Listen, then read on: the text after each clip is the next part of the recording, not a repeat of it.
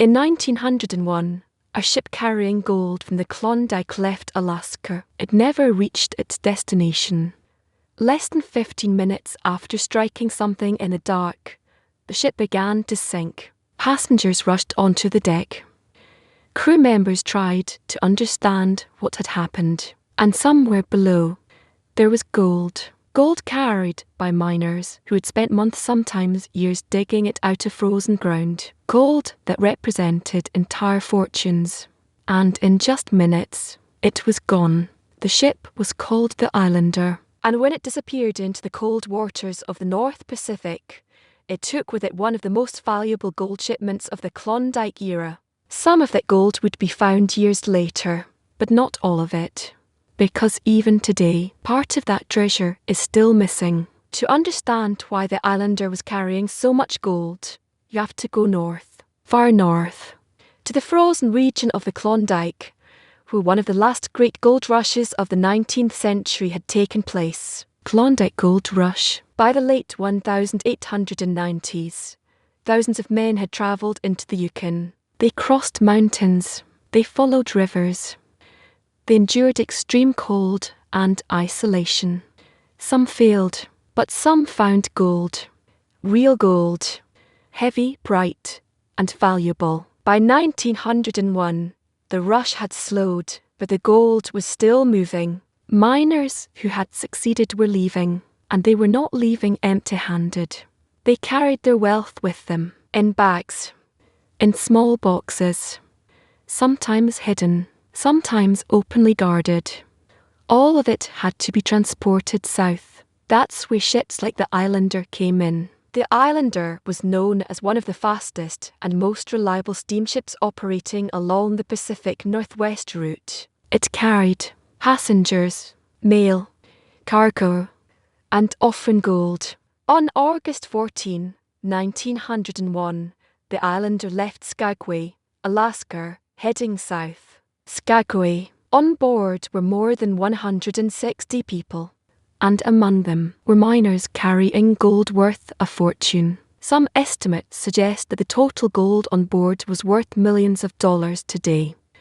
But unlike official shipments, much of it was private, unrecorded, and impossible to track, which meant one thing: if the ship sank, no one would ever know exactly how much was lost. And only hours after departure, that is exactly what began to happen. The night was calm, cold, but calm. The SS Islander moved steadily through the dark waters off the coast of Alaska. Most passengers were asleep.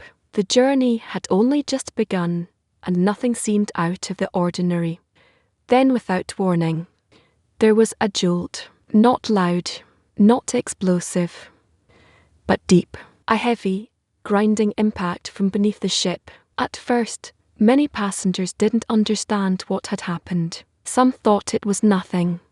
A minor collision. Floating debris. Ice. But the crew knew immediately. This was serious. The Islander had struck something below the waterline. In the darkness of the North Pacific, that could only mean one thing: ice. The region was known for drifting icebergs and submerged ice fragments, hard, invisible obstacles that could tear open a ship's hull in seconds. Crew members rushed below deck.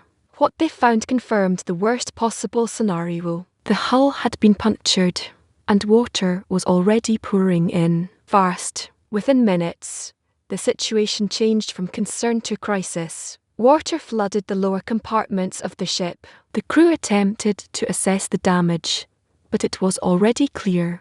The breach was too large. The pumps were activated, but they couldn't keep up, not even close. Above deck, passengers began to gather. Some still didn't understand what was happening. Others had already realized. The ship was sinking. Orders were given. Lifeboats. Prepare for evacuation.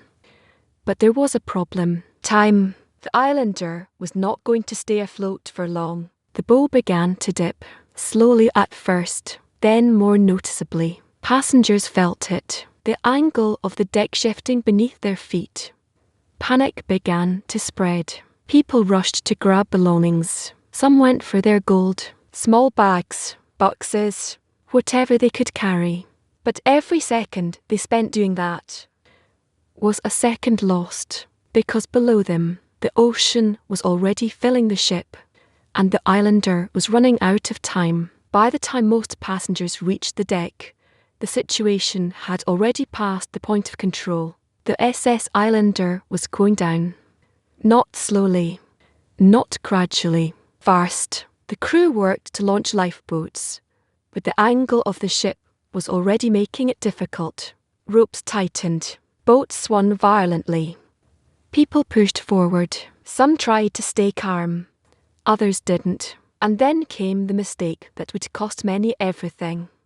People went back into their cabins, back below deck, for gold, for bags, for everything they had spent years earning in the Klondike. Small sacks of coins, gold dust, heavy pouches hidden in luggage. For many of them, this wasn't just money, it was their entire life, and they weren't ready to leave it behind. But every second mattered.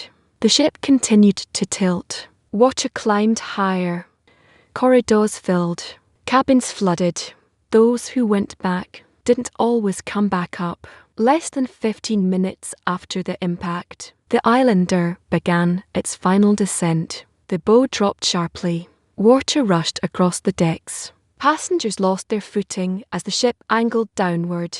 Some jumped. Some held onto whatever they could. Others were pulled into the freezing water as the ship slipped beneath them. The cold was immediate, violent, the kind of cold that took your breath away in seconds. The lifeboats that had managed to launch struggled to stay upright in the dark water. People in the sea tried to reach them. Some made it. Many did not. And then the Islander was gone. No slow disappearance. No final moment. Just a sudden drop beneath the surface, taking with it passengers, crew, and the gold. Gold that had been carried across mountains, rivers, and frozen ground, now resting at the bottom of the ocean, unreachable, unseen, and for years untouched. In the days after the sinking of the SS Islander, one question dominated every report. How much gold was on board? There was no clear answer. Some estimates suggested $100,000. Others claimed $250,000 or more. In today's value, that would equal millions of dollars. But the real number may have been even higher. Because most of the gold on the Islander was not officially recorded. It didn't belong to banks. It didn't travel in sealed shipments. It belonged to people, miners, prospectors, passengers who had spent years in the Klondike, carrying their wealth with them as they finally left the north. Klondike Gold Rush. They carried it in. Small bags, belts, hidden compartments, personal luggage. Some didn't trust banks. Others didn't have access to them. So they kept everything close, which meant when the ship sank, there was no record of what went down with it. Only guesses, only stories. And one certainty, a large amount of gold had disappeared. Unlike many shipwrecks of the time, the Islander's sinking location was roughly known. It had gone down near the coast, not far from where it struck ice. That gave people hope. Within months, attempts were already being made to locate the wreck. Divers, salvage crews, investors, all drawn by the same idea. The gold might still be there. But early recovery efforts faced a major problem. Depth. The Islander had sunk into waters that were far too deep for traditional diving methods of the early 1900s. Equipment was limited. Visibility was poor, and the cold water made operations extremely dangerous. Still, people tried. Year after year, small expeditions returned to the area. Some claimed they found pieces of the wreck. Others believed they had located the exact site, but no major recovery was made. The gold remained out of reach, and as time passed, the Islander began to turn into something else, not just a shipwreck, but a lost treasure. For decades, the SS Islander remained out of reach, But by the late 20th century, technology had changed. Deep-sea exploration was no longer impossible. New tools allowed search teams to finally locate and investigate wrecks that had been lost for generations. And eventually, the islander was found, resting deep beneath the cold waters off the Alaskan coast. Exploration teams confirmed it was the wreck of the ship that had sunk in just minutes in 1901. And more importantly, they found gold, coins, fragments, pieces of what had been lost. The discovery proved something important. The treasure was real. It had not been recovered in the early years. It had remained on the ocean floor for decades. But as recovery efforts continued, something unexpected became clear. The gold was not where they thought it would be. It wasn't neatly stored in one place. It wasn't all inside a central cargo hold. Instead, it was scattered, spread across the wreck site, mixed with debris, buried under sediment, and in some cases, missing entirely. There are several reasons why the gold from the islander has never been fully recovered. The first is simple: speed. The ship sank in less than 15 minutes. There was no time to secure cargo, no time to organise. Everything on board was thrown into chaos. Gold carried by passengers was scattered immediately. Some sank with the ship, some fell loose during the descent. Some may have been lost in lifeboats or the water itself. The second reason is structure. When the islander hit ice, the damage was severe. As it sank, the ship likely broke apart or shifted on the ocean floor. That would have spread cargo across a wide area. The third reason is time. For decades, the wreck remained untouched. During that time, ocean currents moved sediment. Objects were buried. Parts of the wreck deteriorated, which means some of the gold may now be deeply buried, trapped under debris, or scattered far from the main wreck site. And finally, there's the human factor. Because so much of the gold was privately carried, no one knows exactly what was lost, which means even today, there's no way to confirm whether everything has been found or if a significant portion is still missing.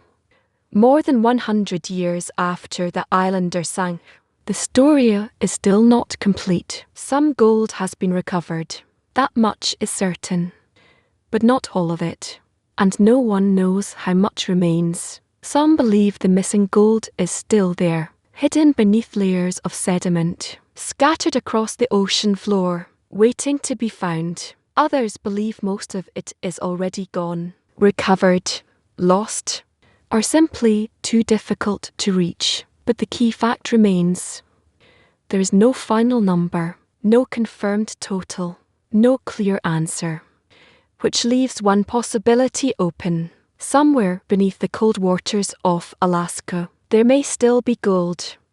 Gold that survived the sinking. Gold that was never recovered.